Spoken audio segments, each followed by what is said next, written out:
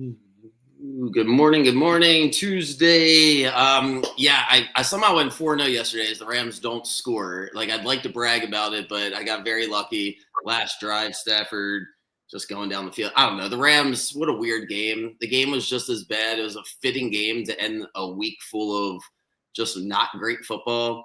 Dolphins are 3-6. I don't know if they're any good. Tua made a couple really bad throws. But yeah, the Rams just couldn't score. I did get all my bets to go through. Puka's amazing. But the Rams just didn't look good yesterday. So who knows what to make of anything. JMart's here to try to help me figure things out. Although we're going to spend a lot of time trying to figure out what happened to Georgia and college football. So why don't we start at least last night? Anything to really talk about? Like, are the Dolphins going to make a run? Are the Rams kind of cooked? What was your main takeaways from the game last night? I don't think either of these teams are really big contenders in any way. Like Tua, like you said, just didn't really. I mean, I don't want to call it a CTE. It might just be bad decision making because he's kind of had that issue his whole career. But the decision making problems are really on display now. I don't know what he's doing a lot. There were a ton of turnovers in that second quarter. It was just ridiculous. I think there might have been a point in time where there were like 10 plays and 3 turnovers. It just felt like it was constant. The Rams looked like statistically good on offense, but they weren't efficient. They didn't score when they needed to. I think those are two teams that are just gonna, maybe the Rams sneak into the playoffs. I don't think the Dolphins are even gonna sneak in. Yeah, the Dolphins have a soft schedule. The Dolphins defense looked pretty good yesterday. So whatever. It's just not great football. It's been like that all week. I was listening to a lot of different people. Wanted to get your take on this before we go into kind of recapping specific teams, just like the overall state of football, if you will. This is my take, and then kind of want to throw it to you. A lot of people were saying it's terrible football, myself included, and that you just don't have to watch it. Like, you don't. It's not appointment television the way it used to be. And I think that's partially true, but I also think it's the fact I now consume football in like 20 minutes. I can watch an entire game, watch the YouTube highlights, cut out all the it just goes right to the next snap. And there's a lot of great YouTubers that do a good job of, shortening the game for me. I don't love the presentation. I keep finding myself dozing off in the middle of the night watching some of these games. It's just a whole long production. And I don't know if it's anything they can fix. I feel like it's somewhat, a symptom emblematic of our society where I just don't have to watch a 3-hour football game. I can get it all in 20 to 25 minutes. That's my take. I don't know if football is less popular. I don't know if the quality is worse than it was 8 years ago, or it's just kind of right in front of our face. Go ahead. What is your takeaway? Because nobody really enjoyed football, it felt like, the past week. Well, I mean, first off, I do think part of it is that people just enjoy consuming stuff quicker, and the football experience does feel like, I mean, when I'm keeping track of a game, sometimes it feels like the quarters go by too fast and not that much is happening in a 15-minute quarter. But at the same time, the game itself lasts too long. But on the other hand, I think another thing is that we went from a golden age of quarterbacks with a bunch of Hall of Fame quarterbacks, and now we're in that transition period where we're kind of transitioning to the next golden age. And there are a lot of quarterbacks that just aren't very fun to watch, with offensive minds that know their quarterbacks aren't there yet. So the offense is just a little more boring to watch, and the defenses are really good right now. We have a lot of really, really talented defensive players. So I think just the game schemes aren't the best this year. I wish I could sit here and say that it's just about how society is and all this stuff. But I think we just are in that transitional stage. Give it 2-3 years. It'll be a lot more fun to watch. You have the old statesmen, like I guess Patrick Mahomes by then, playing against what I hope is a prime Caleb Williams. But I think we are just kind of in one of those transitional periods, probably with the early 2000s after the Rams dominated, felt like. It does feel like most of the schemes are relatively similar. Feels like the high pick and roll in the NBA basketball, a lot of group think, a lot of So all right, well, let's go through. Man, I'm gonna start with the game that I got wrong. I'm not gonna go through every single game here. I did that yesterday, but can you help? I know you're a huge Falcons fan, so you watched the entire game. Can you help me figure out how we did not win that game? How we didn't cover? Still bother me today. The kicker misses 3 field goals. The Falcons just play down to the competition. What the hell happened in that game? So you ask any Falcons fan, when I saw the pick come up from you, I was like, the Falcons are going to find a way to lose this game. You ask any Falcons fan going into it, it's Falcons Saints. They lose those games. There isn't a reason. It is the field goals. It comes down to some really bad missed field goals. But you really hate just like blaming just that. But at the end of the day, like when the Falcons and the Saints play, for my entire life, I've watched the Falcons lose games against Saints teams that they should not be losing. It's one of those that I saw it happen. I watched the whole game and I was like, it was probably what was going to happen the entire time. It's like there isn't a mathematical, statistical reason for it. It's one of those games that just happens. Maybe the Saints are marginally better with a new coach, but I don't think that shift in 1 week is enough to like be the main reason that the Saints won the game. Yeah, I wish I would have had that conversation with you then before I put money on the Falcons, because yeah, it was a square bet of mine as I look back on it. No one wanted to take the Saints, whatever. Was there a game that or something that jumped out at you? I want to spend a lot of time on college football, but any other takeaways from this week? I feel like I just kind of opened things up with a big downer, like nobody wants to watch football anymore. I enjoy watching it the 20, 25 minutes on YouTube. I guess while I'm doing a bunch of other things, I've turned into that person. Still good football that happened. There's still some interesting things. So anything that jumped out at you in particular? I saw a lot of really bad dialogue about Jaden Daniels after his game against the Steelers. And I think it's kind of ridiculous. It's part of the reason that we see quarterbacks getting benched too fast, not trusting young talent, as a lot of people saying, oh, the Commanders, they're on a full team because they go and get beat by what I think is a really solid Steelers team. I think a team that can hang with anyone and will beat up on rookie quarterbacks. And I think I saw a lot of people saying, oh, Jaden Daniels, he might not be as good as we thought. And I think it comes down to people putting too high expectations on rookies. They see him have a couple good games. They think that's going to be what they do every single game. And then when they throw up a game that's not as good, they're like, oh, well, they just aren't as good as I thought they were. I think you got to it's a rookie quarterback. You got to let him develop. He's not going to be perfect every game. Jared Goff threw 5 picks on Sunday. Like good elder quarterbacks still have bad games. I think people are too reactionary right now. I think people are looking for a reason to make the hot take instead of just like being positive towards what a really good and entertaining rookie quarterback. Yeah, I think the frustration stems from they had that game. So there was I think you do find out a lot about Washington when they go to Philadelphia. The advanced metrics on Daniels, I think when people start picking at him, it's like, oh, when he's playing against really good defenses, the numbers go down. But also, I don't really, like, to your point, it's only 10, 11 games into the season. It's his rookie year. This game on Thursday night is, I don't know. I feel bad about it because I really want to take Washington, but I feel like I'm betting just preseason in my brain here. Just keep fading the Eagles. I didn't do it this week, and it turned out to be the right decision. They destroyed Dallas. I wanted to get your take on that. That's the Thursday night game. I know you were going to go with Jaden Daniels, but since you did, let's stay there. The Eagles, 3.5-point favorites against Washington. It's I don't know. I really don't know on this one. It feels like a toss-up. I'm just going to root for Washington, but not bet on it. What do you think?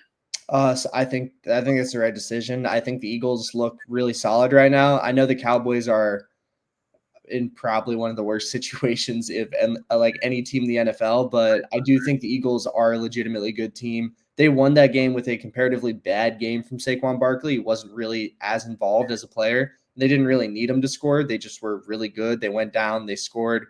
Again, remember like 2 years ago, they were a team that got hot at the right time and made it all the way to the Super Bowl. Last year, they got hot too early, faded. They could be like gearing up for another Super Bowl run. The NFC is kind of wide open. It's the Lions and then the rest of the pack.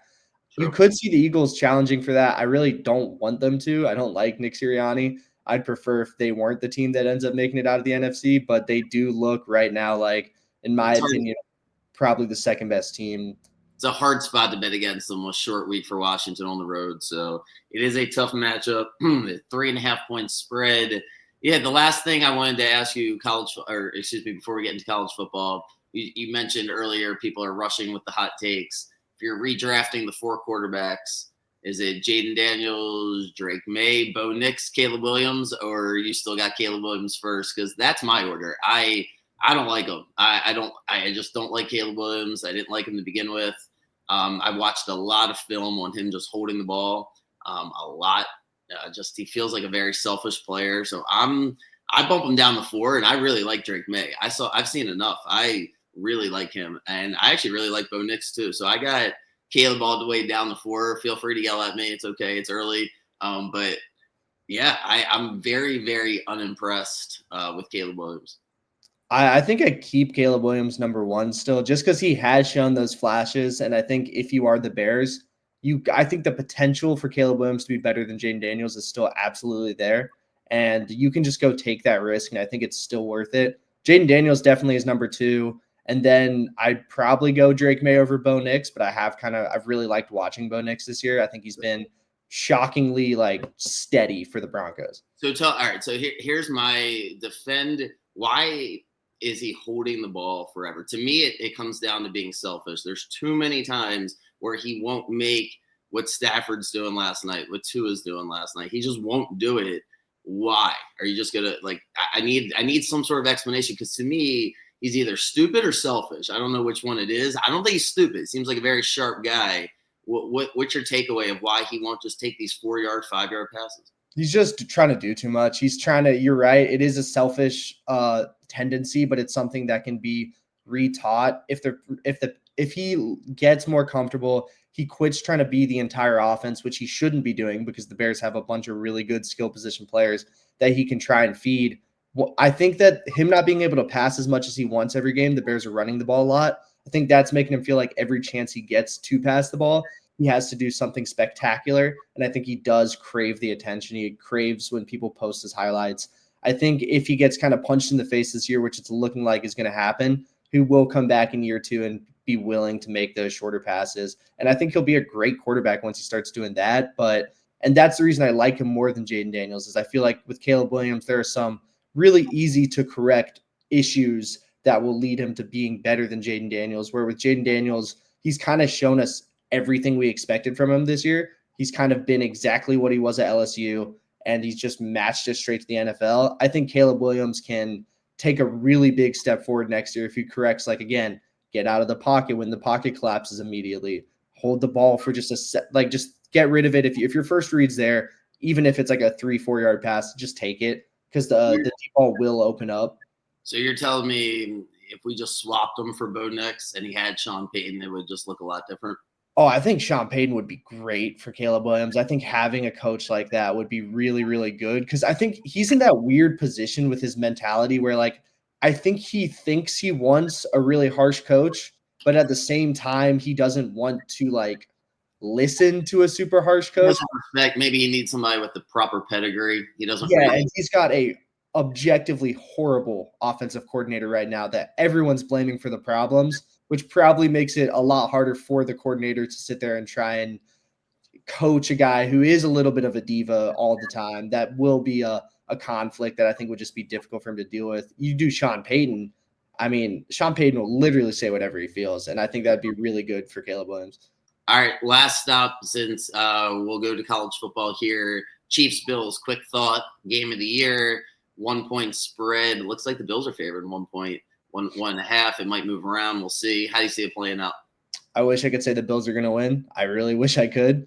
The Chiefs are going to find a way. I think that the Bills still struggle a little bit with good run offenses, and the Chiefs are, you could make an argument for them being the most steady run offense in the NFL right now. It's not like as flashy as like a Commanders or Ravens run offense, but they're so effective with it.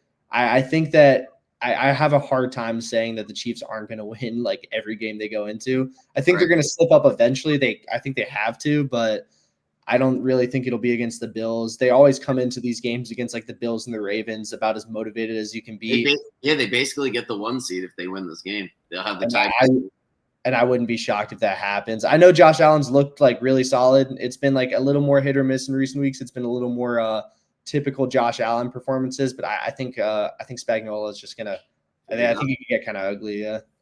And I feel the same way, but I kind of think the Bills are gonna pull it out. I definitely won't put any money on it. All right, let's go around college football here. I know I'm the 50 millionth person to make the joke that the team from Dallas is leading the Atlantic Coastal Conference, but here we are. SMU is at top of the ACC. Miami slips up against Georgia Tech. So it's SMU, Clemson, Miami. Here we go. Who ends up winning the ACC? Do we get 2 teams out of there, or is it just going to be the team that ends up winning the ACC championship? I think that the college football, the playoff committee we'll be looking for any reason to not accept SMU over Miami and Clemson. They'll just probably be more sought after teams. SMU is going to have to be damn near perfect or at least win the ACC championship game to get through. I see two teams making it through. I think Clemson is my most likely team to make it out just because they've looked really solid. And I think that Dabo will get him ready enough. I want to see how Miami reacts to a really shocking loss before I kind of can feel confident in them again because they snuck out of a lot of games. How does it feel to now just you had a chance to sneak out and you didn't do it? Like, how are they going to respond to that one? And then, like, I shouldn't write completely off Pittsburgh and Louisville because there's enough games left that if they can sneak into the ACC championship, that's how things get interesting. So to your point, they get two teams in there, especially if Pittsburgh. So if Pittsburgh or Louisville sneak in there and win, or to your point, if SMU gets all the way through and Clemson or Miami win out and then lose in the ACC championship. So you're saying two most likely from the ACC. And yeah, I'm really glad I got off of it because if I was betting college football this year, I'd be losing every week here to Colorado. They just look good. I got off of it, thank God. They win again. BYU wins. I'll do this Utah athletic director. What a schmuck. At least he lost $40,000 in the process, but what a joke he is. BYU and Colorado, as I'm looking at it, Arizona State, Iowa State, Kansas State, they're all somewhat relevant here to win the Big 12. Who do you think ends up winning the Big 12? Could they sneak two teams in? They could sneak two teams in. Like I can really see it happening. If you get an undefeated BYU going into the Big 12 championship game and they lose, you can't. BYU's got to make it. Like if they were undefeated through the regular season, they got to be there. I think like I really like Colorado right now. I think they've been a really fun team to watch. I think they can beat again basically anyone in college football. They have such a good offense. I don't know if they're gonna necessarily beat a BYU. I think BYU defensively is just going to smother them, and it would be really tough to watch. I think Iowa State could be kind of dangerous. I feel like they've been a little shaky in recent weeks, but they still look kind of good. I know Kansas State has an outside option. I'm not going to trust Avery Johnson as a sophomore to really put the team on his back anymore. He's had some great games, but he's also been the reason they've lost some games. I feel comfortable saying BYU is going to be there. If there's a second team, I'd be really shocked at whoever it is that ends up making it as a second team. This is going to be so controversial, these last four spots, because this basically feels like the NFL. These last 3 weeks of the year of the season, anything can happen, but there's no actual standings. We're going to have 12 people pick the thing again. This will change in a few years. They're just going to have to separate it and have two conferences and have standings. Because how am I supposed to know if if the Big 10 team is better than a Big 12 team? And they're just going to go off pedigree right now. This is why, like, you can look at like a Georgia that's lost 2 games, and everyone's still pretty confident they're still going to make it because I think with these bottom 4 spots, they're not going to care about resume anymore. They're just going to be like, who are the 4 best teams we can get in? The 4 best teams. Justify it. The 4 best teams. How do we make the most money? Who's going to watch the games? It's really more about that. That's where like Iowa State gets killed because it's like if it's between Iowa State and Georgia, and Iowa State's got a little bit better of an argument. You're not picking Iowa State over Georgia. No one's doing that. That's not. We'll be getting to Georgia soon. I reserved a good 3 minutes for you to say whatever you need to about Georgia. But finish off before we get there. I want to get to the Big 10. Indiana, Oregon, Ohio State, Penn State. All 4 make it at this point. I was kind of lurking around, but Iowa, Minnesota, Illinois, Wisconsin, all significantly behind. So do all 4 make it out of the Big 10 there? I really wish it wasn't all 4, but they all have like really good arguments. I don't right now with Indy. I feel like it's weird to say because Indiana's undefeated, but they will be looking for a way to get Indiana out of there over the other teams. Maybe Penn State slips up somewhere. I don't really think it's going to happen. If Indiana ends up undefeated at the end of the season, just like BYU, they're going to make it. And then I think Penn State and Ohio State probably both also just have to make it. Yeah, so Indiana, Oregon, Ohio State, Penn State, the predictable down year from Michigan, they're not able to repeat. All right, here we go. Your SEC trying to figure out what the hell is going on. No one knows. It's like I said, are these teams better than the teams in the ACC? I don't know. You would think Texas and Georgia, or let's just say Georgia, for example, right? They have 2 losses. You would think they're better than these other teams. We'll get to Georgia in 1 second. Help me figure out these other teams first. Alabama destroys LSU. So we got that taken care of. LSU sucks. LSU's no good. LSU should fire the coach, pay him a lot of money to just leave. Let the tiger loose on the fucking coach. Get rid of the coach. Done with the coach. South Carolina, nice story. They're not going to make the tournament. They're not going to make it. Nice story. Missouri, are they relevant? I don't know how that game went over against Oklahoma. What a wild game that was. So start with Missouri and Alabama. Those two teams are at the bottom of the SEC, but still in the playoff peripheral. Alabama destroyed LSU, and Missouri beat Oklahoma. So if they both win out, they're going to make it.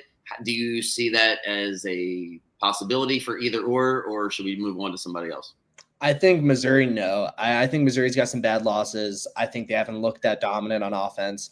If you're going to be picking a 2-loss team out of the SEC, they're probably like the fifth option right now, I think.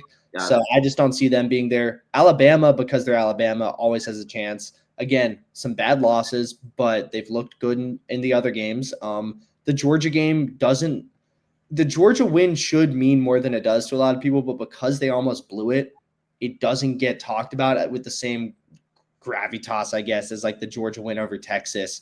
But I think that they currently are – I think feel pretty good about them if they win out. So if Alabama wins out, they beat Oklahoma and they beat Auburn, but they don't make the SEC championship game, which seems like a possibility. I'm not going to get into every – let's just say that happens, right? So they finish with 2 losses and they don't have to play in the SEC championship. They're going to make it, right? They would need say a 2-loss, another 2-loss team makes it, depending, like saying all else holds equal outside of it, they would need probably Texas to win the SEC championship game to feel really good about it. That's what I'm saying. So Texas is going to beat like an Ole Miss or something in the SEC championship, and then Alabama's going to get in for not. So then what's better, 2 losses and not making it, or 3 losses and getting your ass kicked by Texas is the last thing we saw? This has been an issue for a really long time, is that, yeah, again, it happened to Georgia last year. I believe they didn't make it over a team that, like, Georgia, you're penalizing teams for playing an extra game and then losing that game, when the only reason they played that extra game is because they were really good. Well, that's going to happen, right? Like, I feel like that's what's about to happen, right? Yeah, no, if Bama makes it, it'll be because it would have to be Texas beat another 2-loss team in the SEC. And that just shouldn't be how it works out, but that probably will be what it is. Texas A&M, let's do them. Texas, I think, kind of in their own category. They're the favorite right now. So before I get to the Georgia, Tennessee, Ole Miss situation and you just roll, where's A&M fit into all of this? They deserve to be right with everyone. They won't be, again, because of name recognition and just roster stuff. Like, they have probably been right there with most of the other teams. If they end up making the SEC championship game, they probably give people – Is this a fair statement? They're at Auburn. They get New Mexico State this week, but then they get a shot at Texas at the end. So to me, that's their ticket in. Like, they have – it's like a double-edged sword if you have tough games at the end of the year. So for Texas A&M, I would think they control their own destiny, because if they beat Auburn and then they beat Texas, they go to the SEC championship game. As long as they play a competitive game, they're in there. So that's what makes this, this is what they wanted. Now every game this week matters. When we do our college football preview, we'll go through all the games. But essentially, you're going to have 15, 20, like what are going to feel like playoff games for the last month of the season. Because like I was talking about, Pittsburgh and Louisville can still make it. South Carolina and Vanderbilt, it's just different now because you can sneak in. So there's a lot going on. All right, Ole Miss kicked Georgia's ass. You're up 7-0, and then you somehow look like a Division III team. There's pictures of Carson Beck smiling on the sideline. I'm sure that didn't go unnoticed. And now we're playing Tennessee. I say we, like I'm part of the team. We're home against Tennessee this weekend, which arguably will be the most fun you might have your entire experience here at Georgia, as long as they win the game. Night game, have to win. They're 9-point favorites. Start with why they lost to Ole Miss, and then get out of your system, and then how they match up this week in Tennessee against Tennessee. Well, Ole Miss ran a great offense, and we're able to take advantage of Georgia defensively in space. Like they moved the ball really well. They moved the ball how they needed to. Jackson Dart came back from an injury, just played really well, and Georgia just got beat on that side of the ball. It shouldn't happen. They should be better up front. They should make Jackson Dart a little more uncomfortable. They didn't, and they didn't cover very well. It just wasn't a great defensive game. But at the end of the day, if you're only scoring 10 points, you're not giving your defense much of a chance anyways. So that side of things, like they allowed 28. Georgia can win a game where they allowed 28 points. I'd say the defense wasn't perfect. They weren't bad enough to be at fault for this. It comes down to the offense. Offensive line looked horrible. It felt like there wasn't an offensive line on some plays. Ole Miss's defensive line was in the backfield in 2-3 seconds. But even then, it did feel a lot of the time like Carson Beck was holding the ball too long. It would be you'd watch him scan across the field and then scan back across it the other way before he tried to get out of the pocket. And when you know your offensive line isn't holding it up well, because again, they weren't doing it the entire game, that first scan, you got to go. And you got to see if something opens up while you're out there. But if it's not there, you just got to throw it away. He does not have a good feel for the game. He doesn't. There's the little things, the intellectual side, the thinking side that isn't just I'm in the pocket, see open guy, throw to open guy. He really struggles with when he's asked to think about where he should be compared to if he should throw the ball. He can't do it, and it's really bad. But they won't make the switch no matter what, right? No, and laughing on the sideline apparently isn't enough. They're good backups. I think Jaden Rashada could slot in and be incredibly fun to watch. He's a good dual threat. I think that with the receivers they have, he's got a good arm. I think he'll be fine. Are you in the majority or minority, or is it 50-50? What's the sentiment on Carson Beck? It's probably 50-50. I mean, I think the issue is when you're playing Tennessee, you can't bench him because you can't throw a redshirt freshman out there against Tennessee in his first ever start and hope it works out.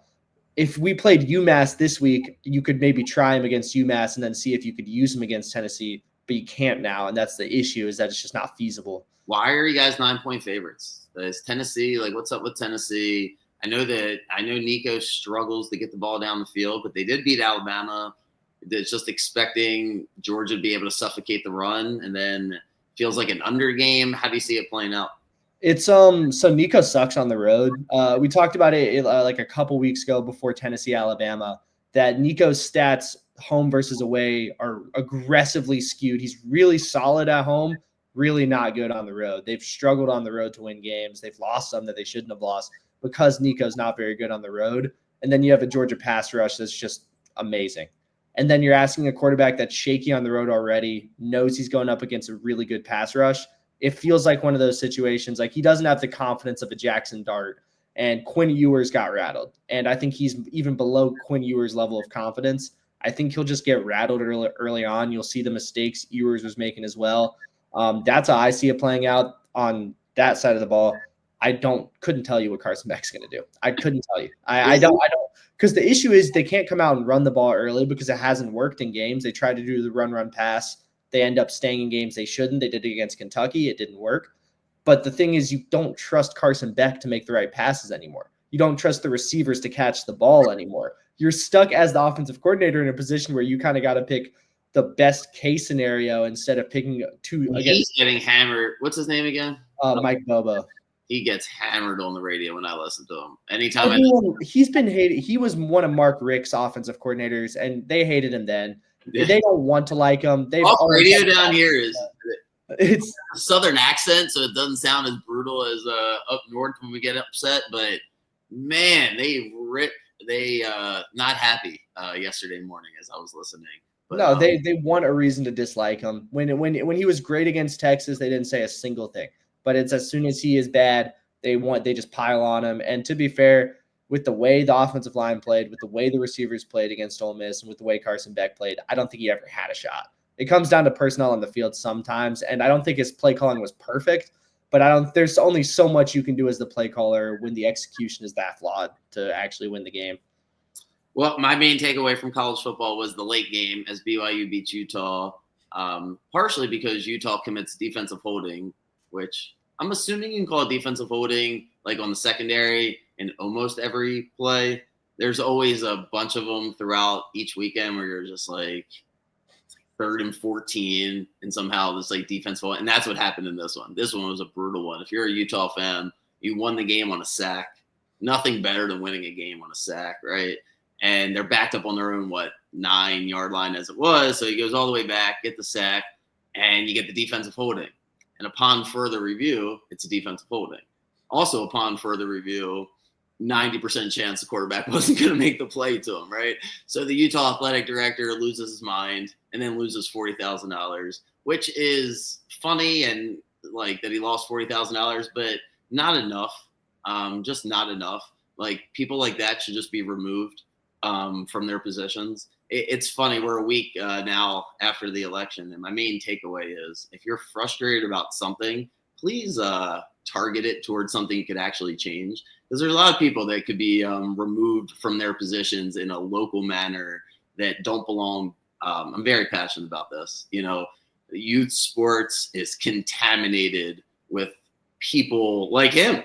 And now he's at the highest position of what is still, amateur sports, because it's not just basketball and football. There's a gazillion sports, as you know, at these universities, and he's in charge of all of it. And I don't think $40,000, I think that's just like goofy, right? So, yeah, if you're frustrated about the results or something that's like that you can't even touch or you can't do anything about, I don't know, use your anger to get somebody like that removed, or I don't even know, but it just really bothers me that people like that set the example of. And in case you don't know exactly what I'm talking about, he just went to the press conference after the game and basically called for a conspiracy theory, accused the refs of cheating, accused the Big 12 conference of conspiring to make sure BYU wins. And the only logical thing you can say to that is if that's what they were doing, they wouldn't wait till the very last play to make sure that happens. So not only are you stupid, but you're feeding into stupid people who get angry, who then attack people, and we have violence all over the place because of college sports. And anyway, so that's my main rant. I don't need you to lap one because, it's just ridiculous stuff. But let's finish up with something a little bit more positive as we go towards basketball. I just want to get we're a couple weeks into it. Couple takeaways as the Cavs don't lose. So my main thing is the Cavs don't lose. Thunder weren't losing. Thunder are great, but they lose Holmgren for a while. Quality of basketball, where are you at with it? You're following it more than me. Any major takeaways besides Milwaukee seems terrible? So that's kind of the headlines for me. What about you? I mean, yeah, I think that right now it's like Cavs, Celtics, Nuggets are right up there with them. Kind of feels like the rest of the pack. I wish I could put the Thunder and the Warriors in there, but again, the Thunder's tallest player last night was Shai Gilgeous. Yeah, that's not a way to really win consistently. They started Jalen Williams at the center, or Lou Dort. One of those two was at the center, and that's just you're not gonna win with that. He was so good last night, though. I saw the highlights. Yeah, 5 or something. Shai put the team on his back. He did everything he could, but I think that without Hartenstein, without Chet, they need some answers in the paint. It was an issue last year for them. It was one of the things everyone said last year. They got Hartenstein, thought they did enough to fix it. I guess it just wasn't. Injuries happen. They're just really hurt right now. I think they'll come back and be fine, and they'll be ready for the playoffs. But it'll be an ugly couple of weeks for them until they get at least someone back. What about Milwaukee and Philadelphia? Knicks are struggling a little bit. They'll be fine. The Knicks seem like they'll be fine. But are there structural problems with Philadelphia and Milwaukee? Should we expect big trades? What are we doing over there? The Bucks need to fire. Doc Rivers and Darvin Ham. You just got there's a clear issue here. You can track back to last year and see they fell off a cliff as soon as Doc Rivers took over. He doesn't. I'm done making excuses for him and saying the system doesn't fit him. He's just not good at this point in his career at coaching. I'm not going to argue if he was ever good. You can argue either way. Your arguments are both valid. Right now, he just isn't. And he is the answer for them. Fair enough. But is Giannis stat hunting instead of playing? He just doesn't feel like he's doing the little things. Some of the things I'm reading just feels like he's checked out. He's just a goofball. I'm turning into not being a big fan of him. I don't know how – if he's this good, why is the team this bad? He still has Damian Lillard with him. So, maybe Doc Rivers isn't the greatest coach in the world, but does he get any of the blame? Yeah, he's the star player on the best team. He's doing his part. Again, you're right. You check the stats, he's doing his part. I don't know too well about the other side of it. I love Giannis personally. He's probably one of my favorite, if not my favorite player in the league. It's hard to be motivated about the situation right now, though. It does just feel like he's wanted – I think he in his head has wanted out of Milwaukee for a while. He just doesn't want to leave. It's like one of those weird things where he does, but at the same time, going through that whole process, I don't think he wants to do. Yeah. And now that they're just really bad, he's It's kind of also just yeah. It's a gut punch that Drew won last. It's hard to recover from that. Really hard. They lose Holiday. He's essential to the Celtics winning, and Damian Lillard just doesn't seem to have it. All right. Fit for Damian Lillard, and I do think, I don't know, it does. Yeah, I don't know if Giannis, he has felt a little checked out since Damian Lillard got there. I don't know. Can I bet Kentucky tonight? They're playing Duke. I'm looking for every opportunity to bet against Duke. But this Cooper Flag guy is getting cramps. Like, that's a typical Duke thing. Like, no, Bankero did it. Yeah, Bankero had the exact same thing soft. years ago. Softest university in the world. The worst thing that happened to my fandom is when Maryland went to the Big Ten. Like, there's nothing more than I look forward to than like the Maryland Duke matchups. So Duke plays Kentucky tonight. College basketball is rolling. I'm gonna get more into college basketball. Just so much is going on right this second in my life. I haven't had a chance to dive into it the way I want to be able to bet on it, but I'm going to sooner rather than later. Can you encourage me to bet on Kentucky? They're getting 7 points. Duke, Kentucky tonight. Any thoughts? I'd have a hard time betting against Cooper Flag right now. He's looked like maybe the best player in college basketball right now. It's hard to not. He just feels really, really good. I think one of the more interesting games, and this will be championing Georgia basketball a little bit, but they are playing North Florida, if not tonight, tomorrow night. North Florida has beaten Georgia Tech and South Carolina in the last 2 weeks. They are looking like one of those teams outside of one of those mid-major guys that could be a problem. They could be a fun team to watch. They typically kind of are. College ever since the transfer portal, college basketball, if you love basketball, there's so much great basketball because they're plucking, the 7th or 8th guy from the top universities are now becoming the 1 and 2s at places like North Florida. There's so much good basketball. I love college basketball. It's just hard to hype it up because you wait for the tournament. So unless you're like a diehard basketball fan or you're gambling, it's kind of hard to get super into it. But yeah, you're taking all these players that were getting no playing time, giving them the money, right? And let's be honest, that's just what it is. And then they go to these schools and So, all right, Georgia, North Florida. Thanks for plugging that at the end. That was great. I'll see you in Clayton. We'll do our pod on Saturday. I really look forward to college football. I'm like, now I can get into it because it feels like every game matters. So it's there right now. It was really boring, and then just a flip switched as soon as the playoff rankings started coming out, and then everyone had 2 losses all of a sudden, and now no one knows who's making it. It should be really fun for the next couple of weeks. I think everyone will feel like they don't know who's going to make it, even on decision day. It should be at least a very entertaining couple of months for everyone involved. Cool. Well, I appreciate you, man. I will see you on Saturday. I'll see you guys tomorrow. I'm going to start doing this Ravens Steelers because before the week gets going, it gets lost in it. I want to talk tons of Ravens Steelers. Really excited. It's going to feel like a classic matchup there on Sunday. So see you guys tomorrow. Have a good day. See you, buddy. I see you.